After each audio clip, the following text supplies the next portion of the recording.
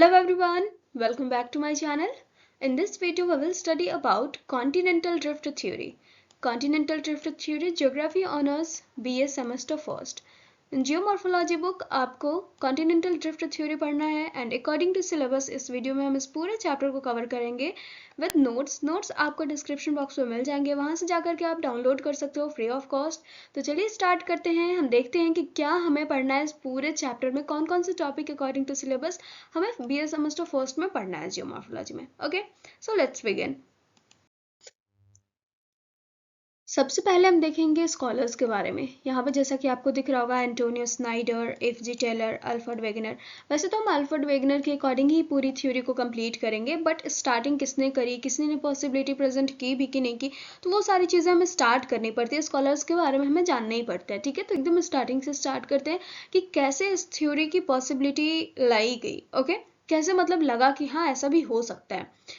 So the similarities found between the present condition of the continents and distant continents particularly attracted some scholars. तो scholars को किसने attract किया? तो हमारे जो continents हैं, आप देख सकते हो हमारे अर्थ पे जितने भी continents हैं वो अलग अलग हैं, ठीक है। तो अलग अलग continents होते हुए भी जब उनमें similarities दिखी लोगों को, scholars को, तो उसने काफ़ी attract किया और वो similarities की basis पे वो सोचने लगे कि भाई ऐसा कैसे हो सकता है, ये जो continents है वो तो काफ़ी दूर दूर है, फिर भी इनमें similarities कैसी है, क्योंकि वहाँ का तो climate भी अब चेंज हो गया ना, अलग अलग कॉन्टिनेंट्स के अलग अलग क्लाइमेट्स हैं और अलग अलग चीज़ें भी हैं, तो फिर भी कुछ सिमिलैरिटीज कैसे हो सकती हैं। ओके, तो फर्स्टली किसने किया, 1858 में a French scholar named Antonio Snyder revealed the possibility of continental drift. Continental drift की पॉसिबिलिटी इन्होंने प्रकट की, किसने, एंटोनियो स्नाइडर ने 1858 में। ओके, यहाँ पे सिर्फ पॉसिबिलिटी ही लाई गई है। ओके, कि मतलब जो कॉन्टिनेंट है हमारे ना वो इधर से उधर क्या हुए हैं, ट्रेवल किए हैं, उनकी ड्रिफ्टिंग हुई है। Okay, American geologist F.G. Taylor also favored continental drift in his research paper published between 1908 to 10, but till then this ideology could not take a systematic form. F.G. Taylor जो थे हमारे, उन्होंने भी, एक अमेरिकन जियोलॉजिस्ट थे, उन्होंने भी किसके फेवर में काम किया, कॉन्टिनेंटल ड्रिफ्ट को इन्होंने भी फेवर किया, उन्होंने उसकी तरफदारी की, उसके बारे में भी कुछ बताया। एंड उनका जो रिसर्च पेपर पब्लिश्ड हुआ था 1908 एंड 10 में, उसमें भी इन्होंने कॉन्टिनेंटल ड्रिफ्ट थ्योरी की मतलब बात की थी, ठीक है, कॉन्टिनेंट के ड्रिफ्ट होने की बात की थी। लेकिन उस वक्त ये जो आइडियोलॉजी थी कॉन्टिनेंट के ड्रिफ्ट होने की, वो एक सिस्टमेटिक फॉर्म में नहीं थी। ओके, मतलब कुछ जैसे कि होता है ना कि सारी चीज़ें हम ला करके रख दे रहे हो इसके फेवर में, कॉन्टिनेंटल ड्रिफ्ट थ्योरी के फेवर में सारी चीज़ें रख रहे हो, तब जाकर के कोई मान सकता है, क्योंकि जो हमारे पास थ्योरीज वगैरह आती हैं उसमें हमें सपोर्ट चाहिए होता है, बहुत सारे एविडेंसेस चाहिए होते हैं जिसके बेसिस पे हम उस थ्योरी को क्या कर सके, प्रूफ कर सके कि हाँ ये सच है, ठीक है। तो वो सारी चीज़ें उस टाइम में थी नहीं, तो ये एक सिस्टमैटिक फॉर्म में नहीं था।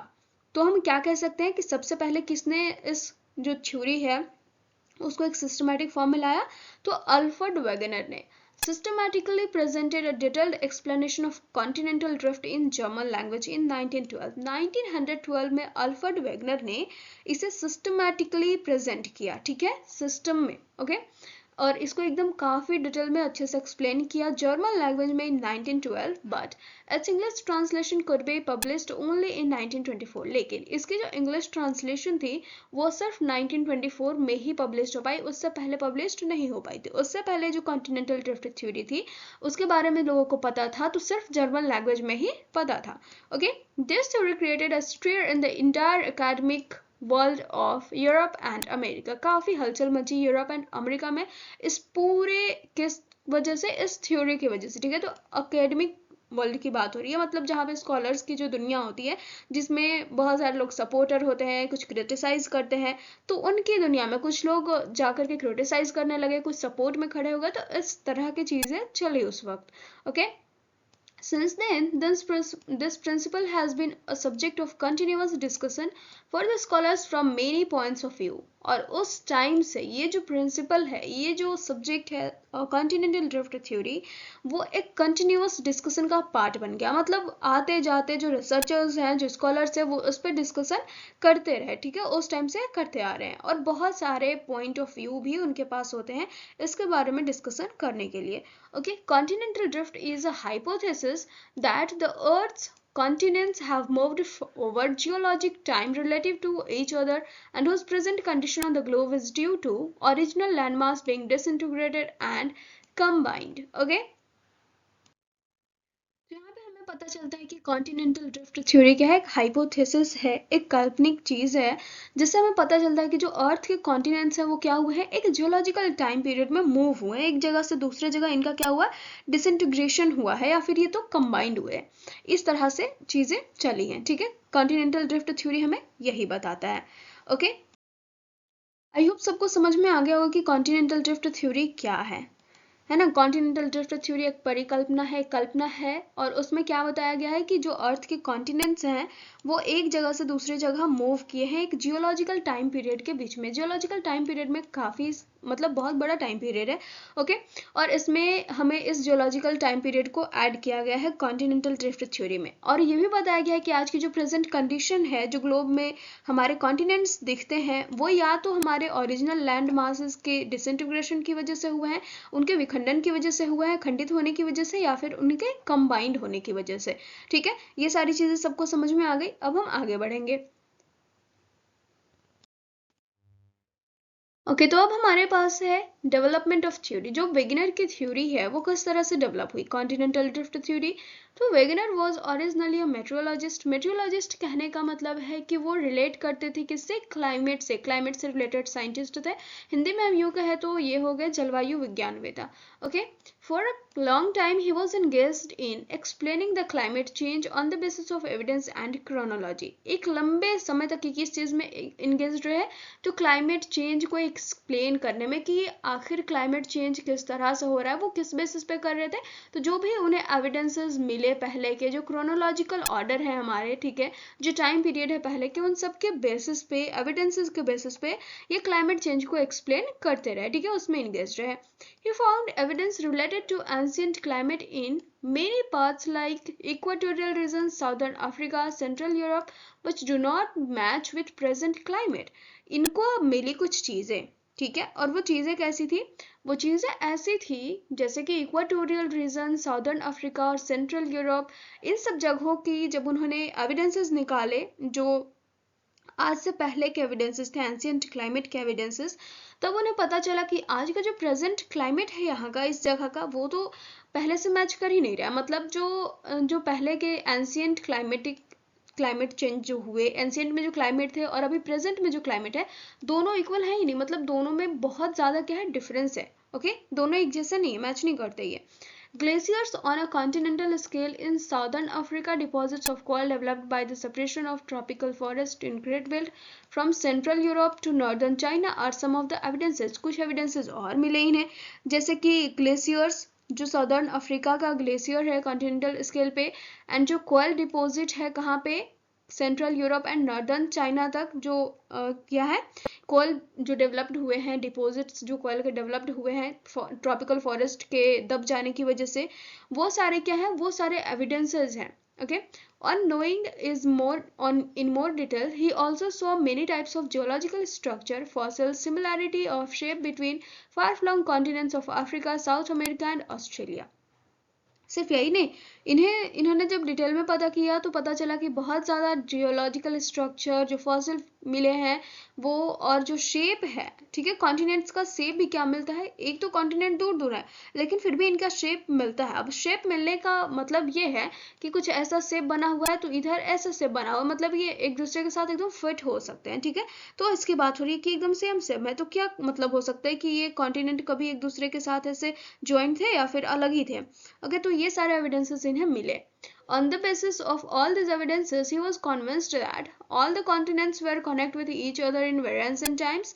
The climate of continents has either changed or they have been displaced from their original climatic place towards present condition. Okay, तो इस बेसिस पे, कौन से एविडेंसेस के बेसिस पे, जो इन्हें जो कोयल के डिपॉजिट्स मिले, जो फॉसिल्स मिले, या फिर जो सिमिलैरिटीज मिली शेप में, दो कॉन्टिनेंट के शेप में, चार कॉन्टिनेंट के शेप में, तो इन सब के बेसिस पे इन्होंने क्या पता लगा है, ये चीज मानने को ये तैयार हो गए कि या तो हमारे जो कॉन्टिनेंट्स है वो पहले एंशियंट टाइम में एक दूसरे के साथ क्या थे, कनेक्टेड थे, या फिर जो क्लाइमेट है हमारे कॉन्टिनेंट का वो चेंज हो गया है, या फिर वो अपनी जगह से अपने ओरिजिनल क्लाइमेटिक प्लेस से कहाँ हुए हैं, प्रेजेंट कंडीशन की तरफ शिफ्ट हो गया है। ठीक है, मतलब पहले का क्लाइमेटिक कंडीशन कुछ और था और वहां से वो किधर शिफ्ट हो गया, आज के प्रेजेंट कंडीशन की तरफ। ओके, तो ये चीज समझ में आ गया कि या तो पहले कॉन्टिनेंट्स एक साथ जुड़े हुए थे, या फिर कॉन्टिनेंट्स का क्या हो गया, क्लाइमेट ही चेंज हो गया, या फिर ये प्रेजेंट कंडीशन की तरफ आ गए, प्रेजेंट क्लाइमेट की तरफ आ गए। ओके, अब हम आगे देखेंगे। According to Wegener, by the beginning of Middle Mesozoic era, all the continents were united in the form of huge landmass called Pangaea continent. Okay, तो अकॉर्डिंग टू वेगनर, वेगनर के according middle Mesozoic era के starting में, अब Mesozoic era क्या है मैं इसको एक अलग वीडियो में बताऊं क्योंकि ये काफ़ी ज़्यादा डिटेल में, मतलब काफ़ी बड़ा हो जाएगा। तो बस इतना समझ लेना है यहाँ पे कि जो मेसोजोइक एरा था उसके स्टार्टिंग में, ठीक है, उस जो मिडिल मेसोजोइक एरा था उसके स्टार्टिंग में जो कॉन्टिनेंट्स थे हमारे, वो एक बड़ा सा ह्यूज लैंडमास बनाते थे, मतलब वो एक दूसरे के साथ कनेक्टेड थे, जिसका नाम क्या था, Pangaea continent. Okay, the ocean that was wide around it was named Panthalassa. Okay, तो इसके आसपास, इसके चारों तरफ क्या था, वाटर था, ओशन था, एंड उसका नाम दिया गया Panthalassa. Later homes called it Pacific Ocean, और बाद में होम्स ने, अर्थर होम्स ने इसका नाम क्या दिया, Pacific Ocean. According to Wegener, the northern part of continent, sorry यहाँ पे कॉन्टिनेंट होगा, today which is the ancient landmass North America and Greenland was called Laurasia. Okay, according to Wegener, जो नॉर्थ पार्ट है continent का, जो पूरा continent था उसका जो नॉर्दर्न पार्ट था उसको एंशियंट लैंडमास में क्या बोला गया, अमेरिका और नॉर्थ अमेरिका ग्रीनलैंड को मिला करके लॉरेशिया। ओके, ठीक है, तो हमारे पास ये जो नॉर्दर्न पार्ट है उसको क्या कहा गया, लॉरेशिया कहा गया। एंड एक चीज और मैं यही बता देती हूँ कि जो सदर्न पार्ट होगा उसको गोंडवाना लैंड कहा गया। Okay, similarly, the ancient land of Central Asia, Europe and Iceland were called Angara land. Okay, तो अब देखो जो एंशियंट एशिया का जो पार्ट था, यूरोप का पार्ट था, आइसलैंड का पार्ट था, उसको कहा गया Angara land. And the rest of entire southern Asia from Arabian peninsula to India, entire Africa, South America, Australia and all ancient land masses of Antarctica were named as Gondwana land. Okay, तो यहाँ पे आप ध्यान दे सकते हो, ये चीज याद रख सकते हो कि कौन कौन से कॉन्टिनेंट को मिला करके गोंडवाना लैंड बना, कौन से कॉन्टिनेंट को अंगारा लैंड में रखा गया और कौन से कॉन्टिनेंट को लॉरेशिया में रखा गया। ओके, नॉर्मली अगर याद करना हो तो आप ये रख सकते हो कि नॉर्दर्न वाले पार्ट को कहा गया लॉरेशिया एंड सदर्न पार्ट को कहा गया गोंडवाना लैंड, सदर्न कॉन्टिनेंट को। ओके, तो यहाँ तक क्लियर हो गया सबका। The equator used to pass through northern part Laurasia and Angora land of this great Pangaea. इस बहुत बड़े पेंजिया के ऊपर से जो हमारा कॉन्टिनेंट था बड़ा सा, जिसको हम पेंजिया बोलते हैं, उसके ऊपर जो नॉर्दर्न पार्ट था लॉरेशिया एंड अंगारा लैंड हो गई है, सॉरी, तो लॉरेशिया एंड अंगारा लैंड से हमारा इक्वेटर उस टाइम पास करता था।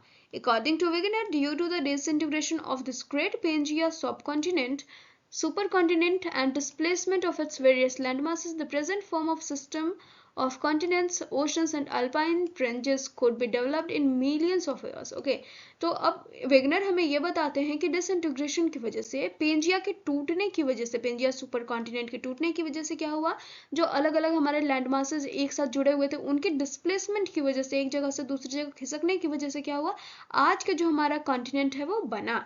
ठीक है, आज के जो हमारे ओशंस है, जो अल्पाइन रेंजेस है, जो हमारे माउंटेन्स है, वो डेवलप हुए।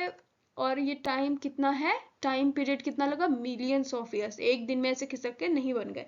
ठीक है, ये चीज सबको क्लियर हो गया। अब हम आगे बढ़ेंगे। आगे हमारे पास है डिस्प्लेसमेंट ऑफ द कॉन्टिनेंट्स। तो किस तरह से डिस्प्लेसमेंट हुआ, कौन से एविडेंसेस उन्होंने लगाए हैं, दिए हैं, वो तो हमें जानने की जरूरत पड़ेगी। तो हम देखते हैं कि किस तरह वेगनर्स ने इसे बताया है, अपनी थ्योरी को किस तरह से इन्होंने अच्छे से साबित करा है। The implementation of Wegener's theory begins with Carboniferous era, the last part of Pelagic era. तो इनकी जो थ्योरी है वो कहाँ पे इम्प्लीमेंट करी जाती है, कार्बोनीफेरस एरा में। ठीक है, ये जो कार्बोनीफेरस एरा था वहां से कॉन्टिनेंटल ड्रिफ्ट का शुरुआत हुआ। और कार्बोनीफेरस एरा जो है वो किसका पार्ट है, पेलाजिक एरा का लास्ट पार्ट है। ये देखो बहुत सारे, यही जो जियोलॉजिकल टाइम पीरियड यही है हमारा कार्बोनीफेरस एरा, जो कि पेलाजिक एरा का पार्ट है। एंड इधर देख सकते हो आप मेसोजोइक एरा। तो इसे मैं कोशिश करूंगी कि एक नई वीडियो बना करके उसमें और ये इन सारे जियोलॉजिकल टाइम पीरियड को डिस्कस करूं। ओके, आगे हमारे पास है after this due to the effect of specific powers from internal events of the earth it disintegrated and started being displaced to the direction different section of continent moves mainly into direction. अब यहाँ पे एक और चीज़ आती है कि जब start हुआ, ठीक है, इनकी थ्योरी यहाँ पे लगती है, तो इसके बाद जो हमारी अर्थ है वहाँ से एक स्पेसिफिक पावर, उसके इंटरनल ऑफ अर्थ से स्पेसिफिक पावर्स आते हैं, स्पेसिफिक फोर्सेस आते हैं, जिनकी वजह से जो अपर क्रस्ट है हमारा, जो अपर कंटिनेंट्स है हमारे, वो डिस्प्लेस्ड होने शुरू हो जाते हैं, टूटने शुरू हो जाते हैं। और ये जो टूटे हुए सेक्शन होते हैं, जो कॉन्टिनेंट्स होते हैं, वो सिर्फ दो डायरेक्शन में मूव करते हैं। Okay, this phenomenon continued to be more dynamic till all three eras, Triassic, Jurassic and Cretaceous, ठीक है, Triassic, जुरासिक एंड क्रिटेशियस, ये तीन एरा है मेसोजोइक एरा के। ओके, और इन तीनों ही एरा में जो कॉन्टिनेंट का डिस्प्लेसमेंट था वो एक डायनामिक वो पे होते रहा, ठीक है, मतलब कंटिन्यूअसली ये होता रहा। In the Cretaceous era, the moon was formed due to the separation of a landmass from the earth, and Pacific Ocean was formed in its place on the earth's surface. At the same time, mountains of the alpine order were formed due to the continuous development of holes in the boundaries of the continents and offshore seas according to the direction of Tethys landmass. Okay, तो यहाँ पे बताया जा रहा है कि जो क्रेटासियस era था उसमें क्या हो गया, मून का फॉर्मेशन हुआ। और मून कहाँ से फॉर्म्ड हुआ, हमारे अर्थ के सरफेस से।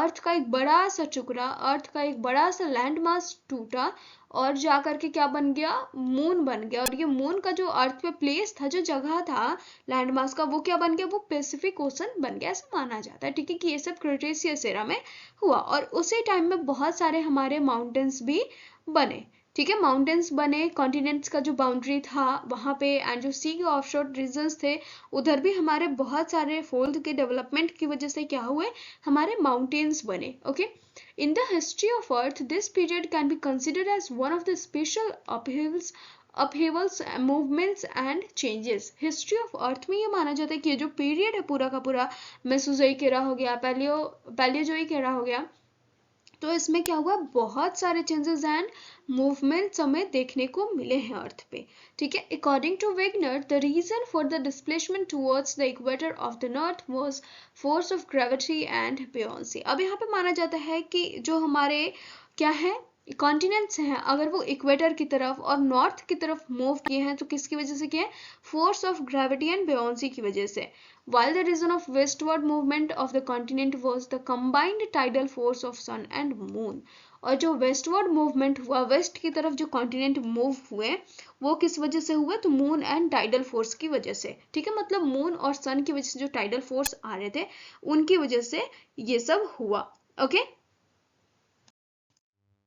Explaining the continental drift further, Wegener considered the continental blocks to be the lighter materials of the shear layer which have been floating without any obstruction after sinking to the some depth in the denser material of boundary layer below them. Okay, तो यहाँ पे अब बताया जा रहा है कि Wegener क्या मानते हैं कि जो कॉन्टिनेंटल ब्लॉक्स हैं हमारे, जो कॉन्टिनेंट्स हैं हमारे, वो लाइटर मटेरियल के बने हुए हैं। सियाल लेयर का जो लाइटर मटेरियल है उससे बने हुए हैं, और ये किस चीज़ में डूबे हुए हैं, जो हमारा इसके नीचे वाला लेयर है, you can say Seema layer, उसमें ये डूब करके तैर रहे हैं, ठीक है, आधे डूबे हुए हैं। एंड जो सीमा लेयर है वो इससे हैवी मटेरियल से बना हुआ है और उसमें ये डूब करके तैर रहे हैं। एंड उसी की वजह से इनका क्या हुआ है, धीरे धीरे करके एक जगह से दूसरी जगह इनका डिसइंटीग्रेशन हुआ है, ठीक है, डिस्प्लेसमेंट हुआ है।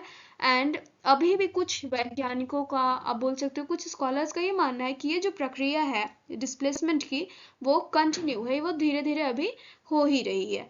ओके, यहाँ पे हमारे कुछ एराज लिखे हुए हैं और बताया गया है कि इक्वेटर, नॉर्थ पोल और साउथ पोल उस टाइम में कहाँ था, कौने देखो इधर सिलूरियन एरा में कहाँ था, कार्बोनिफेरस एरा में कहाँ था और टर्सरी एरा में कहाँ था, ठीक है। तो थ्रू द मिडिल और northern part of Norway, equator कहाँ से पास हो रहा था, नॉर्दर्न पार्ट ऑफ नॉर्वे से, ठीक है, या फिर मिडिल ऑफ नॉर्वे से। कब, सिलूरियन एरा में। नॉर्थ पोल सिल्यूरियन एरा में कहा था, located at 14 degree north latitude, 14 degree north latitude and 124 degree west latitude. South Pole कहाँ था सिल्यूरियन एरा में, तो located in the north east of Madagascar. अब इसमें चेंज क्या हुआ कार्बोनिफेरस एरा में, अब देख सकते हो ये चीज समझ लेना कि अगर ये पहले लिखा हुआ है इट मीन्स कि ये एरा कार्बोनिफेरस एरा से पहले आता है। ओके, तो कार्बोनिफेरस एरा में ये सेंट्रल यूरोप से पास हुआ इक्वेटर। टर्सरी एरा में ये through the regions near the Mediterranean Sea and the Himalayas. ठीक है, टर्सरी एरा में ये कहाँ से पास हुआ, मेडिटेरेनियन सी और हिमालय से। नॉर्थ पोल कार्बोनिफेरस एरिया में 16 degree north latitude and 147 degree west latitude में था। ओके, एंड टर्सरी एरा में 15 degree north latitude and 153 west longitude में शिफ्ट हो गया। कार्बोनिफेरस एरा में जो साउथ पोल था, साउथ पोल वो नियर नाटल साउथ अफ्रीका में था।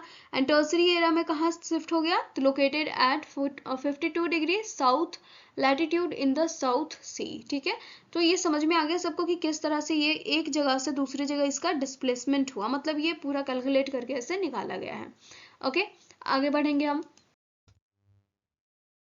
अब हमारे पास है mountain building and development of island arc. तो किस तरह से वेगनर ने इसको सपोर्ट किया देखते हैं। The frontal edges of westward drifting of continental blocks of North and South Americas were crumpled and folded against the resistance of rocks of the seafloor Sima, and thus the western cordilleras of the two Americas, example Rockies and Andes and other mountain chains associated with them were formed. Okay, तो यहाँ पे बताया जा रहा है कि जब westward drifting हुई, जब पश्चिम की तरफ बहा कौन, नॉर्थ एंड साउथ अफ्रीका, जब पश्चिम की तरफ इनका विस्थापन हुआ तब क्या हुए, जो जब ये बह रहे थे तो जो सीमा लेयर है हमारा उससे ऊपर के जो कॉन्टिनेंट्स है वो घिसते हुए बहे। ठीक है, मतलब पूरा घर्षण होते हुए बहा तो उससे मोड़ आए। ठीक है, फोल्डेड क्या हुए हमारे बने, एंड उन फोल्डेड की वजह से, उन मुड़ाव की वजह से क्या हुआ, हमारे Rockies, Andes and other mountains बने। ठीक है, कॉर्डिलेराज मतलब होता है पर्वत श्रृंखलाएं, तो ये सारी चीजें हमारी बनी। ओके, ये मूवमेंट में ही ऐसा हो रहा था, जब डिस्प्लेसमेंट हो रहा था उसी time. Similarly the alpine ranges of Eurasia were folded due to equatorward movement of Eurasia and Africa together with peninsular India. अब जब इक्वेटर की तरफ किसका मूवमेंट हुआ, यूरेशिया का। ठीक है, यूरेशिया का, अफ्रीका का और पेनिनसुलर इंडिया का जब एक साथ इक्वेटर की तरफ मूवमेंट हुआ तो बहुत सारे वहां पे भी फोल्डेड क्रिएट हुए, माउंटेन बने। ठीक है, फोल्डेड क्रिएट हुआ मतलब मुड़ाव क्रिएट हुआ इनके डिस्प्लेसमेंट की वजह से, एंड वहां पे हमारे अल्पाइन रेंजेस ऑफ यूरेशिया बने। ठीक है, तो आई होप यहाँ तक सबको समझ में आ गया होगा। अब हमारे पास है डेवलपमेंट ऑफ आइलैंड आर्क। तो आइलैंड आर्क किस तरह से बने, when the Asiatic block part of अंगारा लैंड वाज मूविंग वेस्टवर्ड। जब एशियाटिक ब्लॉक या फिर बोल सकते हो अंगारा लैंड का पार्ट किधर बहा, किधर मूव हुआ, वेस्टवर्ड मतलब पश्चिम की तरफ। The eastern margin of this block, westward मतलब पश्चिम की तरफ, हाँ, the eastern margin of this block could not keep pace with the westward moving major landmass, rather lagged behind. Consequently, the island arc festoons consisting of Sakhalin, Kurili, Japan, Philippines, etc. were formed. तो अब जब हमारा Asiatic block बोलो या फिर अंगारा land का part जब वेस्ट की तरफ मूव कर रहा था, पश्चिम की तरफ मूव कर रहा था, तो उस टाइम में जो इसका ईस्टर्न मार्जिन था, जो ईस्टर्न पार्ट था, वो पीछे ही रह गया। ठीक है, वेस्ट के साथ साथ ये मूव नहीं कर पाया और उसी की वजह से क्या बना हमारा, ये हमारे सैकलिन, कुरली, जापान, फिलीपाइंस एटसेट्रा फेस्टून्स हमारे क्या हुए, बने। Similarly, some portion of North and South America where they were moving westward were left behind, and the island arc of West Indies and Southern Antilles were formed. Okay, तो अब यहाँ पे एक और चीज बताई जा रही है कि वैसे ही जब हमारे नॉर्थ और साउथ अमेरिका मूव कर रहे थे किधर, वेस्ट की तरफ, तो जिसमें फोल्ड क्रिएट होकर के माउंटेन बने थे, तो वैसे ही हमारे कुछ पार्ट नॉर्थ और साउथ अमेरिका के पीछे ही रह गए। ठीक है, वो साथ में वेस्ट की तरफ मूव नहीं कर पाए, और वही बचे हुए टुकड़े, हमारे बचे हुए पार्ट जो पीछे रह गए थे, वो क्या बन गए, वेस्ट इंडीज और South Antilles arc of West Indies बोल सकते हो, और island arc of southern Antilles बोल सकते हो, वो बने हमारे। ओके, अब हम आगे देखेंगे। अब इस थ्योरी को सपोर्ट करने के लिए कुछ एविडेंसेस तो लाए। अब कौन से एविडेंसेस वेगनर ने लाए वो देखो।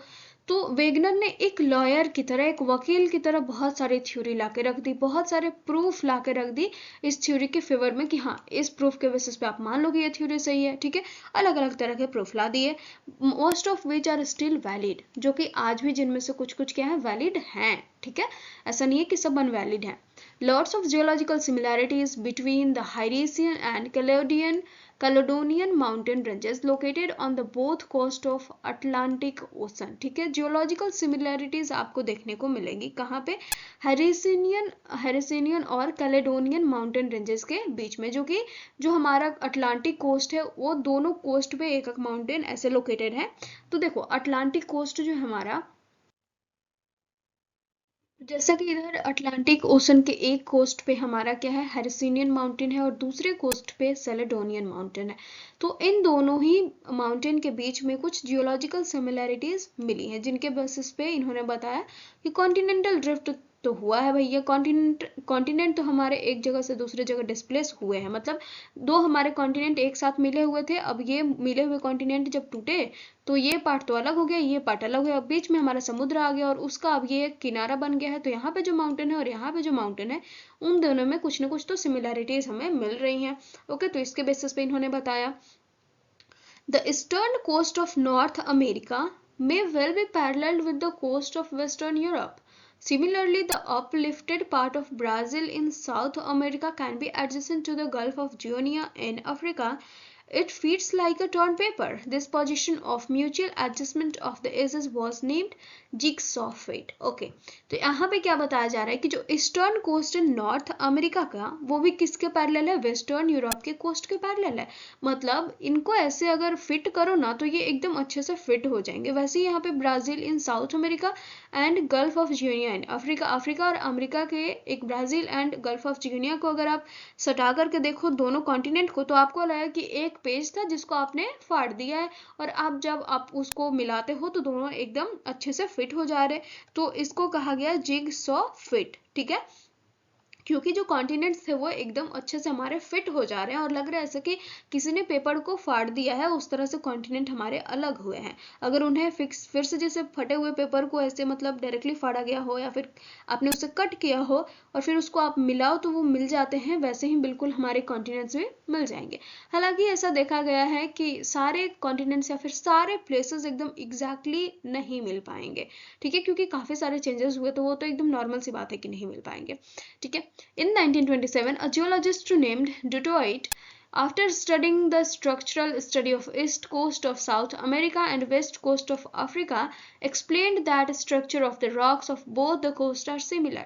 एक साइंटिस्ट मिले हमें जियोलॉजिस्ट डुटोइट, इन्होंने भी 1927 में काफी स्टडी की और ईस्ट कोस्ट जो है साउथ अमेरिका और अफ्रीका का वेस्ट कोस्ट। ठीक है, आप ध्यान देना यहाँ पे कि साउथ अमेरिका का ईस्टर्न कोस्ट मतलब पूर्वी भाग और अफ्रीका का पश्चिमी भाग। ठीक है, तो ये तो सिंपल है ना कि अगर दो आप जगह लो, इसको अगर हमें मैच करना है तो ये हो गया क्या हमारा, ये हो गया हमारा पश्चिमी भाग और ये हो गया हमारा पूर्वी भाग। ठीक है, तो इन दोनों में क्या देखा गया कि यहाँ के जो रॉक्स पाए गए हैं वो एकदम सिमिलर है बोलो तो, या फिर इनके जो स्ट्रक्चर्स हैं वो आपस में सिमिलर है। तो इनके बेसिस पे हम कह सकते हैं कि दो कॉन्टिनेंट आपस में मिले हुए होंगे और ऐसा टाइम आया होगा कि डिस्प्लेसमेंट हुआ और ये अलग हुए। Okay, in Europe some such creatures called lemming are found which migrate westward according to the season, dedicate their life in the Atlantic Ocean. Probably their ancestors used to travel toward the west, but then North America and Europe were mixed. अब एक creature है जिसका नाम है लैमिंग। अब ये बताया जाता है कि एक सीजन के बेसिस पे एक ऐसा सीजन आता है यूरोप में जिस टाइम में ये क्या करते हैं, ये वेस्ट की तरफ मूव करते हैं, और वेस्ट की तरफ क्या है, अटलांटिक ओशन है। तो ये मूव करते करते ट्रेवल करते करते अटलांटिक ओशन में ये विलुप्त हो जाते हैं, मतलब उसमें ये क्या होते हैं, अपनी आखिरी सांस वही लेते हैं, ऐसा बोल सकते हो, अपनी लाइफ को ये वहीं डेडिकेट करते हैं। ओके, तो ऐसा माना जाता है कि प्रोबेबली उनके जो एंसेस्टर थे, उन प्रजातियों के जो एंसेस्टर थे वो वेस्ट की तरफ मूव करते होंगे उस सीजन में, लेकिन उस वक्त नॉर्थ अमेरिका और यूरोप आपस में सटा हुआ होगा, तो वो आपस में इजिली मूव करते होंगे वेस्ट की तरफ, वो आगे बढ़ते जाते होंगे, लेकिन वहां पे अटलांटिक ओशन उस टाइम में नहीं था। अब ये अटलांटिक ओशन होने की वजह से क्या हो गया है, वो अब वेस्ट की तरफ जब मूव करते हैं तो अटलांटिक ओशन में पहुंचते पहुंचते फिर तो अटलांटिक ओशन आ गया, तो वो आगे कहाँ जाएंगे, वो तो वहीं पे फिर उनकी आखिरी सांस वहीं होती है। ओके, तो अब हम आगे बढ़ेंगे एंड आगे हमारे पास है the evidence of palaeobotany and palaeogeology also confirms the continental drift. अब जो अलग अलग कॉन्टिनेंट्स में हमें अलग अलग प्लांट्स मिले हैं, ठीक है, लेकिन कुछ कुछ ऐसे प्लांट्स मिले हैं जो यहाँ पे भी सेम है और यहाँ पे भी, मतलब कि अभी तो ये तो छोड़ो, ये तो पहले का हो गया ना, ये हमारे कॉन्टिनेंट्स है, तो कुछ प्लांट्स हमें यहाँ पे मिले, कुछ प्लांट्स हमें यहाँ पे मिले। एंशियंट प्लांट की बात हो रही है, तो उन एंशियंट प्लांट्स के जो फॉसिल मिले वो यहाँ पे और यहाँ पे दोनों में सेम अगर मिले हमें, ठीक है, यहाँ पे मान लो यहाँ पे और यहाँ पे दोनों में सेम मिले, तो इसके बेसिस पे, या फिर जो एनिमल्स के फॉसिल्स हमें मिले, तो उसके बेसिस पे ये माना जा रहा है कि जो कॉन्टिनेंटल ड्रिफ्ट थ्योरी है वो सच में हुआ है, मतलब कॉन्टिनेंटल ड्रिफ्टिंग हुई है। पैलियोबोटनी में हम पढ़ते हैं जो हमारे एंशियंट प्लांट्स होते हैं उनके बारे में, मतलब उनके फॉसिल से हम उनकी जानकारी लेते हैं, एंड पैलियोजियोलॉजी में होता है जो एंशियंट एनिमल्स होते हैं कि वो किस तरह से थे, कहाँ कहाँ पे पाए गए, तो उन सब की स्टडी होती है पैलियोजियोलॉजी में। ओके, तो इतना कंफर्म हो गया, सबका क्लियर हो गया।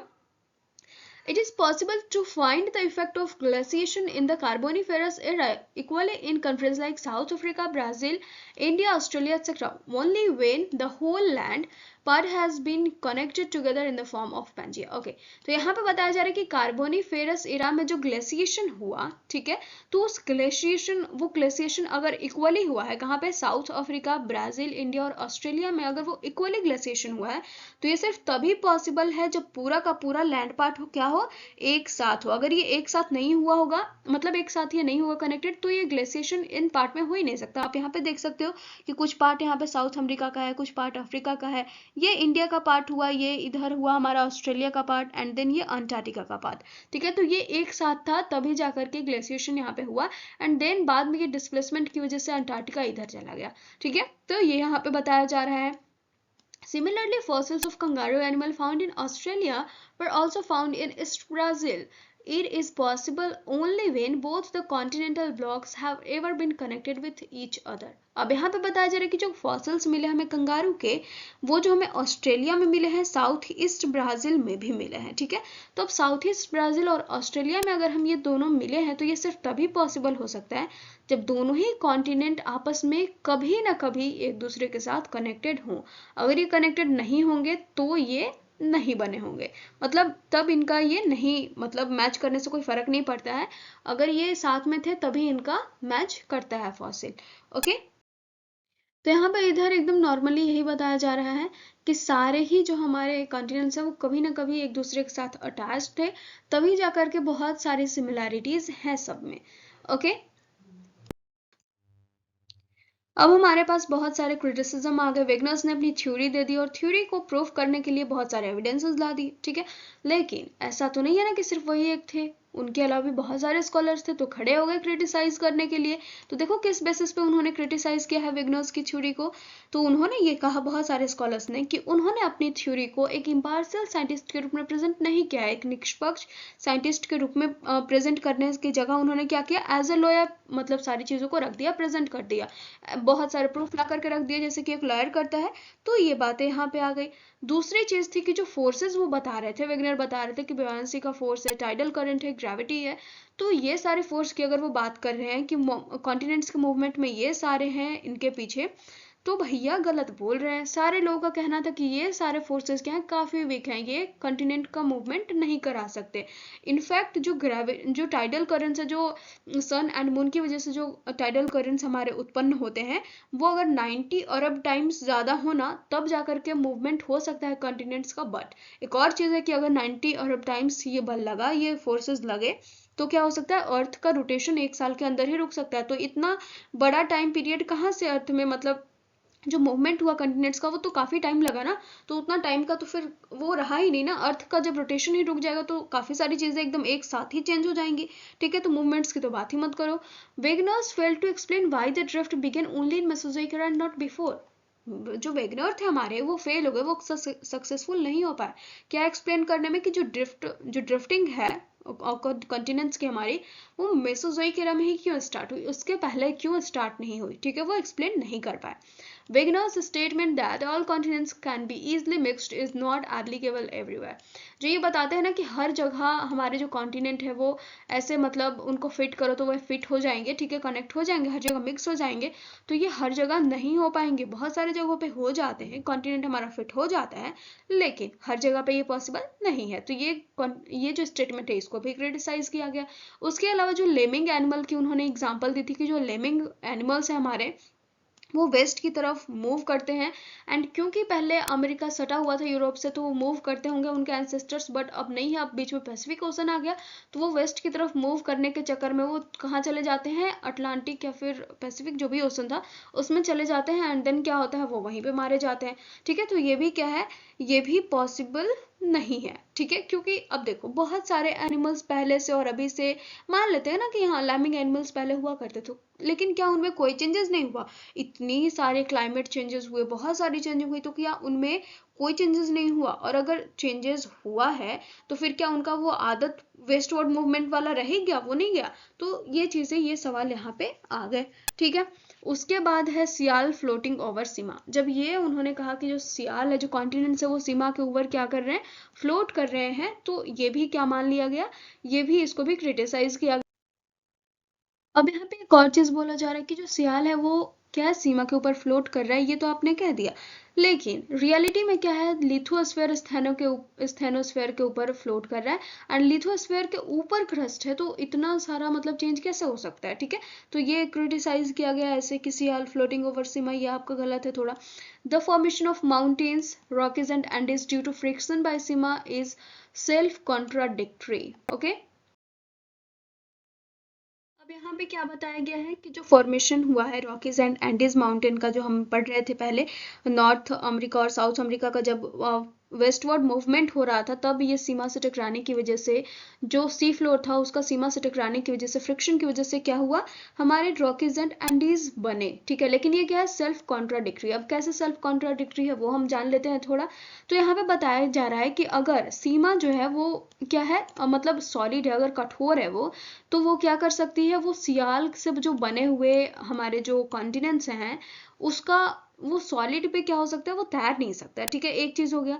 लेकिन अगर सीमा क्या है, सीमा सॉलिड नहीं है, ठीक है, अगर वो मतलब दृढ़ नहीं है, ठीक है, सॉलिड टाइप नहीं है, तो वो खुद ही इतने बड़े बड़े पर्वत को बना ही नहीं सकती, ठीक है। तो ये दोनों चीजें इसमें आ गई, तो ये वाला भी उन्होंने क्या कर दिया, गलत कर दिया, ओके। अब हम आगे बढ़ेंगे, तो ये सारे तो क्रिटिसिज्म सबको पता हो गया ना कि किस तरह से क्रिटिसाइज किया गया, आई होप आपको याद भी हो जाए, बहुत ही ज्यादा सिंपल है, और ये सारे ही रिलेटेड हैं, जो वेगनर्स ने हमारे थ्योरी में को प्रूव करने के लिए दिया ना, उन सब से ही ये सब रिलेटेड है, ठीक है। तो आपको याद करने में कोई परेशानी नहीं होगी, आई होप। अब हमारे पास है new evidences in support of continental drift, okay. तो कॉन्टिनेंटल ड्रिफ्ट को तो सबने सपोर्ट किया, इससे हमें पता चलता है कि यहाँ पे नए एविडेंसेस लाया जा रहा है, मतलब कॉन्टिनेंटल ड्रिफ्ट को सपोर्ट किया गया, भले ही वेगनर्स के जितने भी प्रूफ थे उसमें से बहुत सारे प्रूफ को क्रिटिसाइज किया गया, एविडेंसेस को क्रिटिसाइज किया गया, लेकिन उसकी जगह पे नए एविडेंसेस लाए गए जिसके बेसिस पे एकदम क्लियरली बताया जा सके कि कॉन्टिनेंटल ड्रिफ्ट हुआ है, ठीक है। तो इसमें से तो सबसे ज्यादा इंपॉर्टेंट है plate tectonic. Plate tectonic theory एकदम नया आधार है जिसके बेसिस पे कॉन्टिनेंटल ड्रिफ्ट प्रूफ होता है, ओके। फर्स्ट क्या है, by studying the structure of the ocean floor. यहाँ पे याद रखना कि ओशन फ्लोर का जो स्ट्रक्चर है उसको स्टडी करने के बाद कॉन्टिनेंटल ड्रिफ्ट थ्योरी को सपोर्ट किया गया। उसके बाद इधर है हमारा, हाँ ओशन फ्लोर का मतलब जो है स्टडी वही ज्यादा में काम आएगा, ठीक है। तो scholars have put forward some new facts in favour of displacement. Displacement के फेवर में बहुत सारे उन्होंने नए नए प्रूफ रखे जब उन्होंने स्टडी किया किसका, ओशन फ्लोर के स्ट्रक्चर का। उन्हें पता चला कि ओशन फ्लोर एकदम सीधा ऐसे ही तल नहीं है, बल्कि वहां पे बहुत सारे रिलीफ फीचर्स हैं, ठीक है, अलग अलग तरह का बना हुआ है वो। The elongated stripes on the bottom of central and northern part of Indian Ocean are specific evidences of the northward displacement of a part of Gondwana region. Gondwana region north की तरफ डिस्प्लेस हुआ है, इसका एविडेंस क्या है, इंडियन ओशन के north part और central part में पाया जाने वाला इलोंगेटेड स्ट्राइप, लंबे लंबे क्या बने हुए हैं, स्ट्राइप्स बने हुए हैं, ठीक है। धारियां बनी हुई हैं जिसके बेसिस पे ये माना गया, ठीक है, वो एक एविडेंस है जिसके बेसिस पे माना गया कि गोंडवाना रीजन का नॉर्थ की तरफ क्या हुआ है, डिस्प्लेसमेंट हुआ है। उसके अलावा जो जितने भी ऑर्डरली माउंटेन्स हैं हमारे, वो उनका जो स्प्रीड है ओशियनिक फ्लोर में हुआ है, ठीक है। और जितने भी हमारे ओशन, जो इंडियन ओशन और पैसिफिक ओशन है, उसके ईस्ट में जितने भी सिचुएटेड है माउंटेन रेंजेस, उनके बीच में, उनके मिडिल में क्रेक्स जरूर पाए जाते हैं, ठीक है। Examination of the beds of ocean floor proves that it is not very old, as no such deposits have been found anywhere before the Cretaceous age. Examination of beds, it means कि जो परीक्षण हुआ ocean floor के beds का, तो उससे ये proof हुआ कि जितने भी डिपॉजिट्स पाए जा रहे हैं वो क्रिटासियस एज में हुआ ही नहीं करते थे, वो बहुत डिफरेंट है और ये ज़्यादा पुराने भी नहीं है जो आज पाए जा रहे हैं, वो क्रिटासियस एज में वैसा कुछ पाया ही नहीं गया है। ओके, मतलब वहाँ से काफ़ी डिफरेंट है। The theory of continental drift has got a new basis from the concept of displacement of plates presented by the theory of plate tectonics. Theory of plate tectonics से क्या पता चलता है, प्लेट टेक्टोनिक्स से, कि plates जो है हमारे वो डिस्प्लेस हुए हैं, और उनके बेसिस पे, उस कॉन्सेप्ट के बेसिस पे कॉन्टिनेंटल ड्रिफ्ट थ्योरी को एक अलग से मतलब सहारा मिल गया उसको प्रूव करने का, ठीक है। तो जो हमारा प्लेट टेक्टोनिक है उसको हम अगले वीडियो में या फिर जो भी हमारा नया टॉपिक आएगा, तो एक ये हमारा पूरा चैप्टर है प्लेट टेक्टोनिक, ठीक है, तो उसको हम किसी न किसी वीडियो में कवर जरूर करेंगे पूरा अच्छे से डिटेल में। So thank you so much and I hope, ये वीडियो तो थोड़ा लंबा हो गया but I hope it will help you. So if it will help you, then please don't forget to like, comment, share and subscribe. Thank you so much. Okay.